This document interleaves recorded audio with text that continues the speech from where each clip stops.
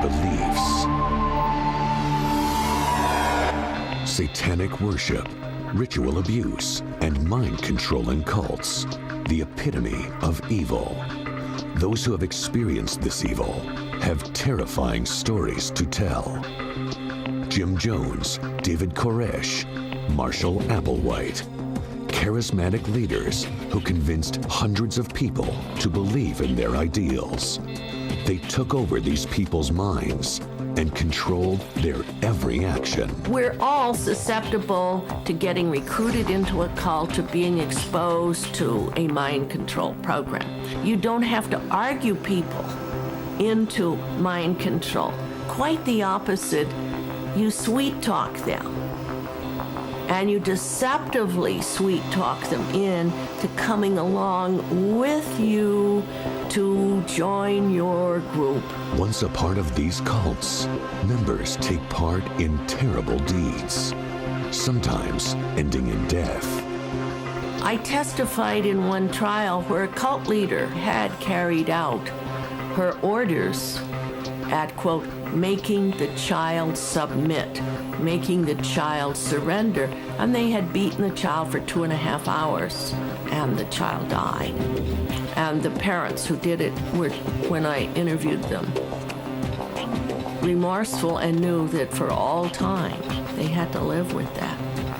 That they had so trusted this woman and so believed she was a direct pipeline to God that they had killed their own child. More people are coming forward with horrific tales of ritual abuse. They speak of being surrounded by cloaked figures and being forced to participate in unimaginable acts. Is it real or simply imagination? When we're talking about issues of ritual abuse, where patients are talking about murder, or they're talking about sacrifice or their own rapes and things of this sort, it really takes its toll because of the sense of the unbelievability of how they survived it. I've heard of babies being killed, people delivering babies prematurely, or full-term babies that have been sacrificed. Again, no one wants to hear that. It's too horrific for the population.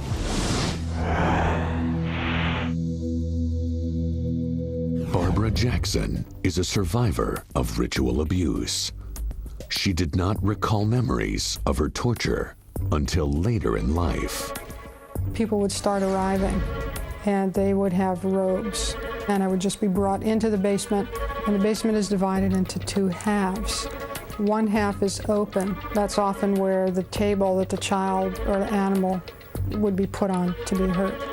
I remember one time being put on this table that they were using, and they would hurt me with a metal crucifix. Connie Valentine claims ritual abuse pushed her into a personal hell. Yes, I had to kill a number of people when I was young. I had to put knives in their stomach. Many times they would put their hand around my hand, and they would put the knife in and let me know that this was my fault. But is it possible to have false memories? Could survivors be creating these stories in their minds?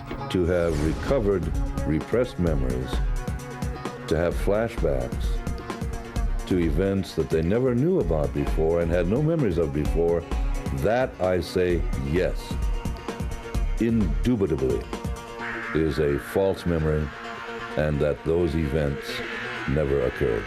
But for those who believe they've experienced ritual abuse, the memories are vivid and painful. For these people, treatment is the only answer. I think we're training more and more therapists to know how to treat these people. And I think more and more people really are willing to take that challenge to go back in time and feel the pain.